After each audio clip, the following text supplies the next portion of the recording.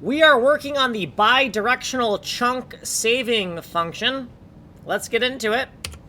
In const macros by system, we have added 3 enumerations: an invalid choice, loading from disk, saving into the disk.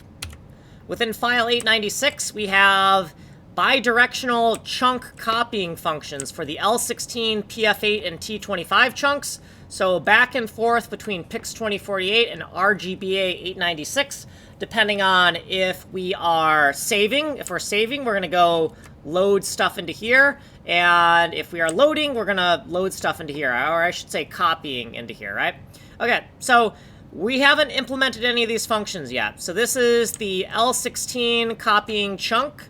And we're going to copy from a certain hotel on our 3x3 grid.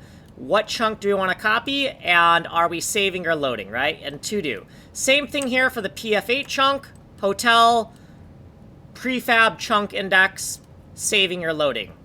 T25 thumbnail chunk, hotel, T25 chunk index, saving or loading. We haven't done any of the code yet.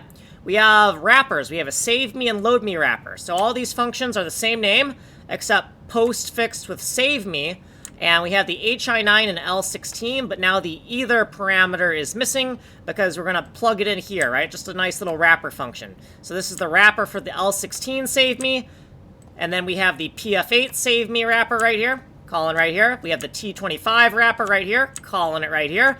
Then we have the load me wrappers. Same exact structure, very redundant. So the level pack chunk load me function, the hotel cell index, the level pack chunk, that's 128 by 128 pixels, and we're just going to call the HI9 L16 either with the load me flag. And then the PF8 load me, same idea, it's just a wrapper function. The T25 load me, just a wrapper function, very, very repetitive. So I don't know what the fuck all those breakpoints are doing there. Here's what we did in this video. And if you want a longer explanation, go here. You are here. Like, subscribe, send money in the mail. I'm Kanji Coder.